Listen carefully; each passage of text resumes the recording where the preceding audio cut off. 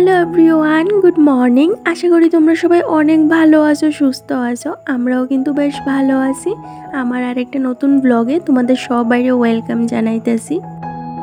এখন সময় হইতেছে সকাল 7টার মতো। তো আজকের ব্লগটা আমি এইখান থেকে শুরু করলাম। অবশ্যই ব্লগের সঙ্গে থাকো। আর জানো তো বন্ধুরা, আজকে না ঘুম থেকে উঠতে অনেকটাই লেট হয়ে গেছে গা। অন্যদিন তো আরও সকালবেলা ঘুম থেকে উঠতে যায়গা, কিন্তু ওই যে কালকে রাত্রে একটু লেট করে ঘুমাইছি, এই কারণে দেখো আজকে ঘুম থেকে উঠতে অনেকটা লেট হয়ে গেছে গা। তো যেহেতু লেট হয়ে গেছে গা, এই কারণে দেখো সকালবেলা ঘুম থেকে উঠে চটপট করে আগে ফ্রেশ হয়ে বাসি নাইটিটা ছাড়লাম, তারপরে কিন্তু কাজে লাইকে গিয়েছি গা। ঘুম থেকে উঠতে লেট হলে দেখবা কোথার থেকে যে কাজগুলি শুরু করবো এটাই বুঝতে পারি না, কিন্তু যত চিন্তা করুম কাজগুলিতে আরও বেশি লেট হয়ে যাবো গা।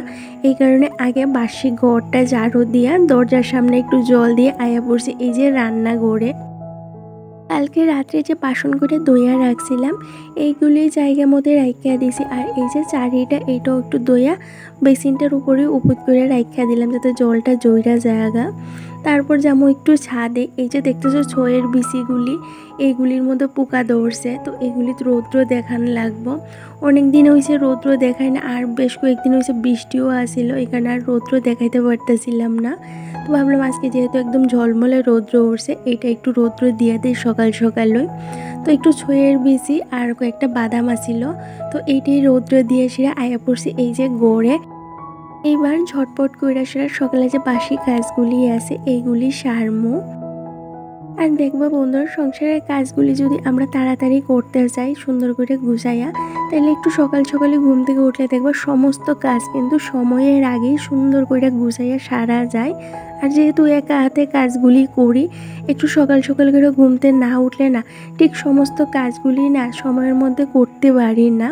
তো একটু সকালবেলা একটু কষ্ট করে যদি ঘুম থেকে উঠতে যাইতে পারি, তাহলে দেখবো সময়ের আগেই কিন্তু সমস্ত কাজ হয়ে যাগা।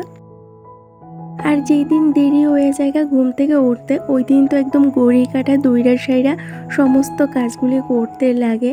দেখবা একটু এদিক সেদিক হইলেই না কখন যে সময়টা জায়গা আর কইতেই পারি না।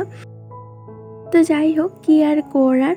এবার চলো সকালে যে ডাস্টিংটা আছে এইটা করবো। তো লিভিং রুমের যে বেডটা আছে আগে বেডটা গুছাইলাম, তারপর ওই যে সাইডে যে চেয়ারটা রাখা আছে এইটাও সুন্দর করে পরিষ্কার করে জিনিসগুলি সাজিয়ে রেখে দিয়েছি। এবার হালকা পাতলা সকালে যে ডাস্টিংটা আছে এইটা করলাম।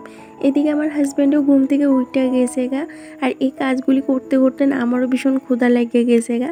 এবার চলো ঝটপট করে সকালে যে টিফিনটা আছে এইটা করি, তারপর আস্তে ধীরে বাকি যে কাজগুলি আছে এইগুলি করবো। তো হাজব্যান্ডের লেগে চা করলাম আর দিলাম এই যে বিস্কুট, আর আমার লেগে নিতেছি সাতুর মধ্যে একটু লবণ আর একটু চিনি দিয়া জল দিয়ে এই যে গুইলা লাইছি। এবার এইটা দিয়ে সকালে টিফিনটা সাইরালামও। তো সাতুটা খাইলে না বেশ অনেকখানি সময় কিন্তু থাকা যায়। তো কয়েকদিন ধরে সকালবেলা এভাবে সাতুটাই খাইতেছি, বেশ ভালো লাগে। এই তো সকালবেলার টিফিনটাও কমপ্লিট হয়ে গেছে গা। তারপর এই যে বাসন কইটা বড়লো, বাসন কইটা ধুইয়া রাখিয়া দিয়েছি। আর যেহেতু আজকে লেট হয়ে গেছে গা, ভাবলাম রান্নাটা বয়া তারপরে বাকি যে কাজগুলি আছে এইগুলি করি। আর জানো তো বন্ধুরা, আমাদের এইখানে না কয়েকদিন ধরে ভীষণ বৃষ্টি হইতেছে রাত্রেবেলা, তারপরও সকাল থেকে আজকে কেমন যেন একটা গরম লাগতেছে প্রচণ্ড পরিমাণে। আর এই গরমের মধ্যে কাজগুলি করতে না ভীষণ একটা অসুবিধা লাগে। আমার তো বৃষ্টির দিন আর ঠান্ডার দিন বেশ ভালো লাগে, গরমের দিনটা একদমই পছন্দ না, কারণ গরমের দিনে কাজ করতে ভীষণ অসুবিধা হয়। তো যাই হোক, এই কথা কইলে তো হইতো না, কাজ তো করতেই লাগবে, সেই গরম হোক যাই হোক। তো এইদিকে আমি রান্নাটা বয়ে আয়া পড়ছি এই যে বেডরুমটা গুছামো। তো বিছনাটার মধ্যে যেহেতু পাটিটা বিছাই না থাকে, বিছনাটা বেশি একটা এলোমেলো হয় না। পাটিটা ভালো করে বিছাইয়া বালিশগুলি সুন্দর করে অর্গানাইজ করে রাখিয়া দিয়েছি, আর মশারি আর খেতাটাও বাস করে রাখিয়া দিয়েছি। রাত্রের দিকে ওই যে খেতাটা একটু লাগে, যেহেতু বৃষ্টি হয় হালকা পাতলা একটু ঠান্ডা লাগে, সেই কারণে একটা পাতলা খেতা হইলেও হয়ে যায়গা। তো বিছনাটা গুছানি কমপ্লিট হয়ে গেছে গা। এবার কালকের কয়েকটা কাপড় আছে যেগুলি ধুইয়া দিয়েছিলাম, এগুলি বাস করে রাখতে আসি। নাসরিন পারভিন আইডি থেকে কমেন্ট করছে, আমি যে বাড়িতে ভাড়া থাকি এই বাড়ির ভাড়াটা কত, আর বাড়ির মালিক কেমন, বাড়ির মালিক কি জগরালো টাইপ নাকি? না গো, আমার বাড়ির মালিক যে আছে উনি ভীষণ ভালো, আর আমি ভাড়া দিই 5,000 টাকা। যাই হোক বন্ধুরা, এদিকে আমার ঘরটাও গুছানি হয়ে গেছে, বেশি একটা এলোমেলো আসিল না, ওই বিছনাটার কয়েকটা কাপড়ে এলোমেলো আসিল, এগুলি গুছাই রাখা দিয়েছি। এইবার এই যে পর্দাটা দিয়া দিতেছি রান্নাঘরের সামনে, যে এই পর্দাটা আছে, নাহলে কী হইব জানো তো, রান্না করার সময় এত পরিমাণ তেল ছিটে আর সমস্ত তেলটা বেডরুমে সেটা বেড কাপড় চাপড়ে পরে, তো একটা আঠালো ভাব হয়ে থাকে, এটা একদমই ভালো লাগে না। তো এই পর্দাটা দিয়া রাখলে না ওই যে তেলটা আর আয়ে না রান্না করার সময়। এইদিকে আমার ভাতটাও হয়ে গেছে, তো ভাতের মাঠটা জড়াইয়া ফ্রিজে একটু মাছ রাখা আছে। আর কালকে হাজব্যান্ড আনছিল এই যে সজনা পাতা, তো আজকে ভাবতেছি সজনা পাতা দিয়ে বড়া করবো আর মাছটা খালি খালি একটু ঝোল করবো। তো এই কারণে এই যে একটু চালটা ভালো করে পেস্ট করলাম, তারপর সজনা পাতাটা ভালো করে দইয়া কুচি কুচি করে পইলা রাখছি। এখন বড়ার লেগে এই যে চালের গুঁড়া, তারপর এখানে পেঁয়াজ, কাঁচামরিচ, হলুদ আর একটু লঙ্কার গুঁড়ো দিলাম যাতে একটু ভালো কালার আয়ে।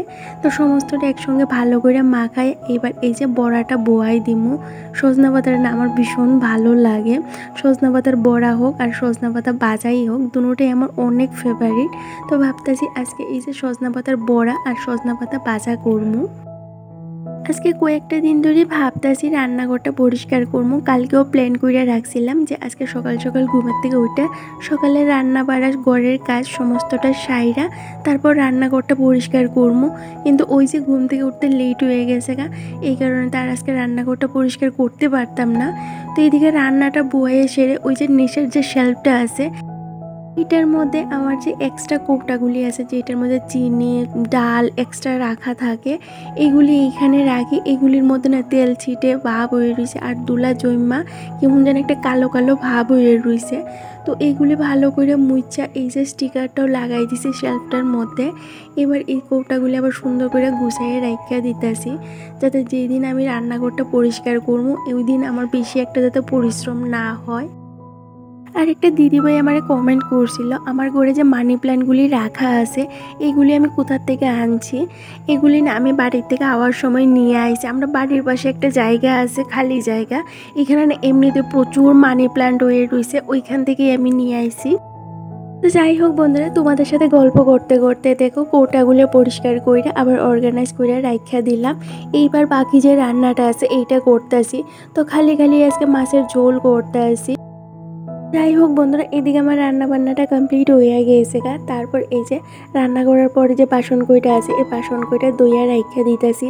এমনিতে আমার রান্না করার সময় বেশি একটা বাসন লাগে না, আর যে কইটা বাসন ভরে ওই কইটা বাসন কিন্তু আমি সঙ্গে সঙ্গেই দইয়া রাখা দিই।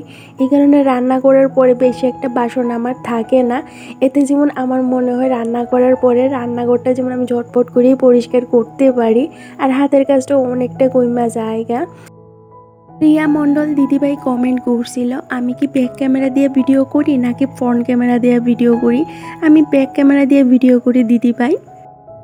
তো যাই হোক বন্ধুরা, এদিকে আমার সমস্ত কাজকর্ম কমপ্লিট হয়ে গেছে এইবার এই যে রান্নাঘরটা পরিষ্কার করতে আসি। তো প্রথমে আগে ভালো করে গ্যাসটা পরিষ্কার করলাম, আর গ্যাসের সাইডে যে ওই যে তেলের শিশিগুলি রাখি এইগুলির গায়েও দেখবে তেল পড়ে, তো এইগুলি আমি ভালো করে পরিষ্কার কইরা ওয়ালগুলো কিন্তু ভালো করে পরিষ্কার কইরা রাখিয়া দিছি। এবার এই যে গড়টা মুছমু। আর জানো তো বন্ধুরা কী হয়েছে, আমি যে গড় মুছার যে স্টিকটা বানাইছিলাম গতকালকে স্টিকটা ভাঙ্গা গেছে অনেক দিন হয়েছে স্টিকটা, তো যেহেতু এটা লোয়ার আছিল এটা ভাঙ্গা গেছে তাহলে চলো বন্ধুরা এবার ঝটপট করে গড়টা মুছি, তারপর কয়েকটা কাপড় ধুয়ে স্নান করবো। আগের দিন ব্লগে যে বন্ধুরা আমার কমেন্ট করছিল তাদের নাম হইতেছে Pappu, Pappu, Pinki Saha, Mitali Chowdhury, Bulti Chakraborty, Madhu SMB, Riya Mondal, Soumashree, Bandana Deb, SK blog and recipe. তো থ্যাংক ইউ সো মাচ, তোমরা প্রতিদিনই আমার অনেক সুন্দর সুন্দর কমেন্ট করো। যাদের নামগুলি আমি নিতে পারি না প্লিজ তোমরা কেউ কিছু মনে করো না, অনেকের নাম আছে এখানে মেনশন থাকে না, অনেকের নামগুলি আমি ঠিক বুঝতেও পারি না, এই কারণে আমি তোমাদের নামগুলি নিতে পারি না। তো প্লিজ তোমরা কেউ কিছু মনে করো না। তো যাই হোক, এদিকে স্নান টান সাইরা এই যে কাপড় কইটা মেলা দিছি। আর ওই যে সকালবেলা যে শিমের বিচিগুলি রোদ্রে দিয়ে গেছিলাম এগুলি দেখি বেশ সুন্দর শুকাই গেছে তাহলে চলো এবার এগুলি নিয়ে গড়ে যাই, তারপর দুপুরে যে খাওয়া দাওয়াটা আছে এইটা করবো। আর হাজব্যান্ডের একটা গেঞ্জি ধুয়ে দিয়েছিলাম, তো এটার মধ্যে নীল দিছি, এই কারণে বারান্দার মধ্যেই মেইলা দিছি। নীল দিয়ে সেটা রোদ্রে দিলে না নীলটা একদম নষ্ট হয়ে যায়গা, এই কারণে বারান্দার মধ্যেই মেইলা দিলাম। তো যাই হোক, এইদিকে সমস্ত কাজকর্ম সাইডে আয়া পড়ছি। আবার এই যে রান্না করে একটু স্যালাড কাটতে আসি।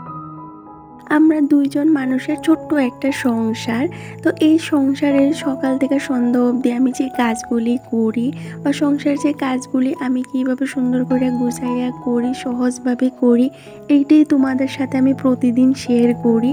আর তোমরা যে আমার এই কাজগুলি এতটা পছন্দ করো, আমার কথাগুলি তোমরা এতটা পছন্দ করো, সত্যিই বন্ধুরা এটা আমার কাছে বিশাল বড় একটা পাওয়া। আমি কোনোদিনও আশা করছি না তোমাদের কাছ থেকে এতটা ভালোবাসা আমি পাবো। তো থ্যাংক ইউ সো মাচ আমার এতটা ভালোবাসা দেওয়ার লাগে। তো আগামী দিনগুলি তো তোমরা ঠিক আমার পাশে এভাবেই থাকো। তো যাই হোক বন্ধুরা, তোমাদের সাথে গল্প করতে করতে দেখো অনেক দূর আয়া পড়ছি। দুপুরে খাওয়া দাওয়া করার পরে একটু রেস্ট করলাম, তারপর সন্ধ্যা বাতিটা দিয়ে আয়া পড়ছি এই যে রান্নাঘরে।